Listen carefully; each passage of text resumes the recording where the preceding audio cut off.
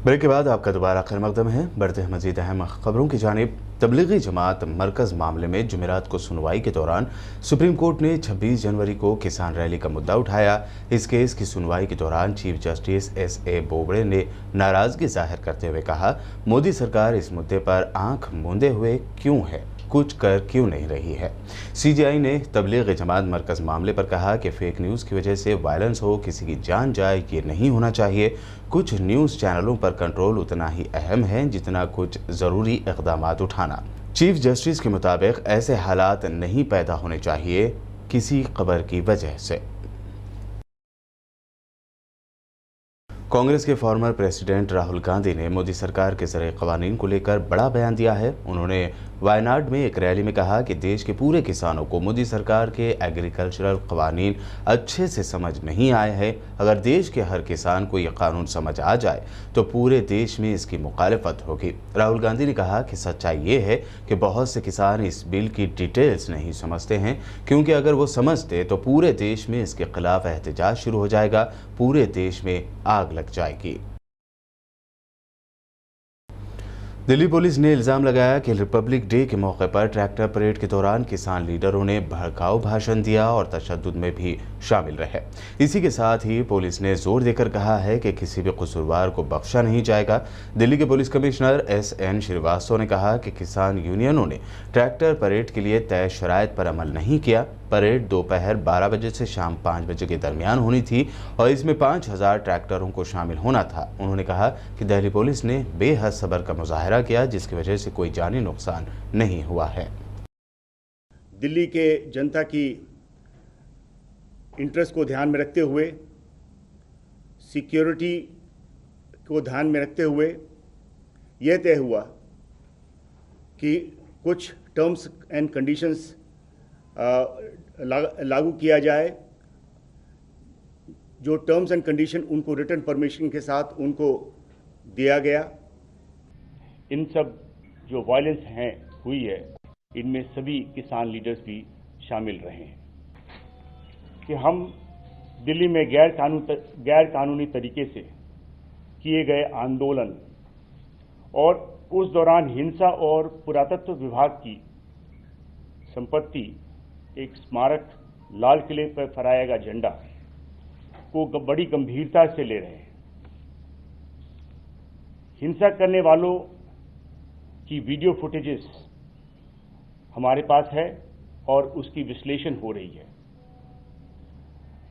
Face recognition system से जो भी उसमें भाग लेने वाले उनकी पहचान की जा रही है और उनकी अरेस्ट की जाएगी, आगे कानूनी कार्रवाई की जाएगी। कांग्रेस के सीनियर लीडर P. चिदम्बरम ने सीधे तौर पर अमित शाह को किसानों के वायलेंट प्रोटेस्ट के लिए जिम्मेदार ठहराया है। उन्होंने कहा कि लाल किले में घुसे मुजाहिरीन दरअसल बीजेपी के एजेंट थे। इसके लिए अमित शाह जिम्मेदार हैं, इसलिए कांग्रेस ने उनके इस्तीफे की मांग की है। प्रकाश जावड़ेकर की जानिब से राहुल गांधी को इस वाक़े के लिए जिम्मेदार ठहराने की बात पर चिदम्बरम ने कहा कि mister information and broadcasting minister को सीरियसली लेने की ज़रूरत नहीं है।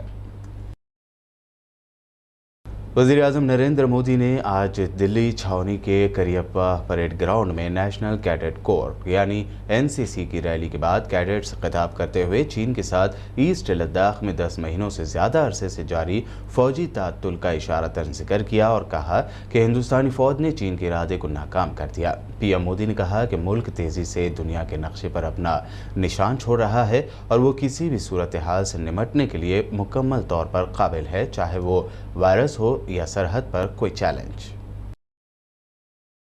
बीते साल भारत ने दिखाया है कि वायरस हो या बॉर्डर की चुनौती, भारत अपनी रक्षा के लिए पूरी मजबूती से हर कदम उठाने में सक्षम है। वैक्सीन का सुरक्षा कवच हो या फिर भारत को चुनौती देने वालों के इरादों को आधुनिक मिसाइल से ध्वस्त करना, भारत हर मोर्चे पर समर्थ है। आज हम वैक्सीन के मामले में भी आत्मनिर्भर है और अपनी सेना के आधुनिकीकरण के लिए उतनी ही तेजी के से प्रयास कर रहे हैं। भारत की सभी सेनाएं सर्वश्रेष्ठ हो, इसके लिए हर कदम उठाए जा रहे हैं। आज भारत के पास दुनिया की बेहतरीन वॉर मशीन्स है।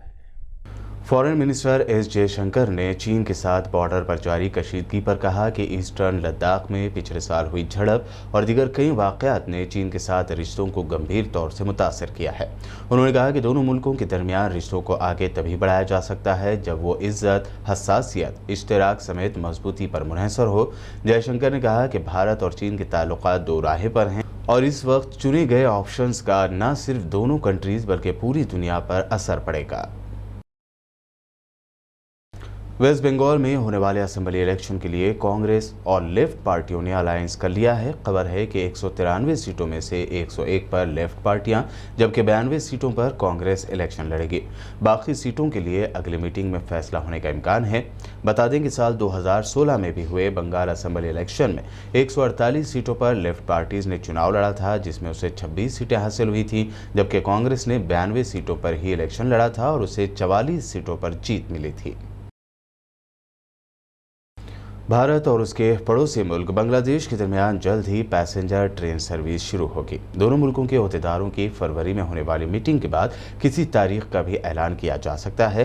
बिहार में north east frontiers railway divisional rail administrator Ravinder Kumar Verma के हवाले से आई खबर में बताया गया है कि कटिहार रेलवे डिवीजन के हल्दीबाड़ी और बांग्लादेश के चिल्हाटी के दरमियान 17 दिसंबर 2020 को 55 सालों बाद मालगाड़ी की कामयाब शुरुआत के बाद भारतीय सरकार ने अब दोनों मुल्कों के दरमियान एक्सप्रेस ट्रेन सर्विस शुरू करने का फैसला किया है। और अब आखिर में हेडलाइंस पर एक और नजर। अमेरिका में दहशतगर्दाना हमले को लेकर अलर्ट जारी। अमेरिकी सदर बाइडेन के करीबी साथियों, ओहदेदारों और अफसरों पर हमले का जाहिर किया गया अंदेशा।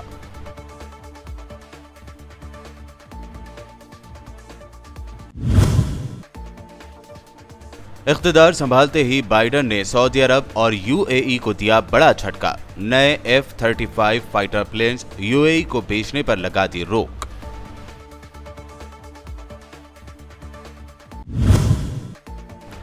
कोरोना के नए स्ट्रेन के पेश नजर बहरीन और ओमान ने सख्त की पाबंदियां। बहरीन में रेस्टोरेंट्स और कैफे टेम्पररी बंद।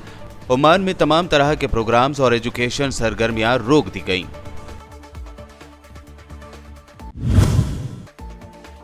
राहुल गांधी ने दिया बड़ा बयान। कहा, अगर हर किसान ने मोदी सरकार के ज़रई क़वानीन को समझ लिया तो पूरे देश में मोदी सरकार के खिलाफ भड़क उठेगी आग।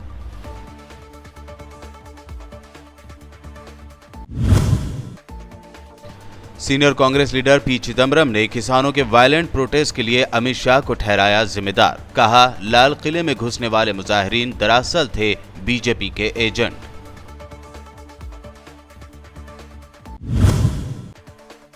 और वेस्ट बंगाल में कांग्रेस और लेफ्ट पार्टियों ने बनाया अलायंस। 193 सीटों में से लेफ्ट 101 तो कांग्रेस 92 सीटों पर लड़ेगी चुनाव। बाकी सीटों पर फैसला बाद में। वर्ल्ड न्यूज में ये थी अब तक की अहम नेशनल और इंटरनेशनल न्यूज। यूट्यूब पर हमारे चैनल को सब्सक्राइब जरूर करें। मजीद अपडेट्स के लिए बने रहिए हमारे साथ और देखते रहिए PPN चैनल।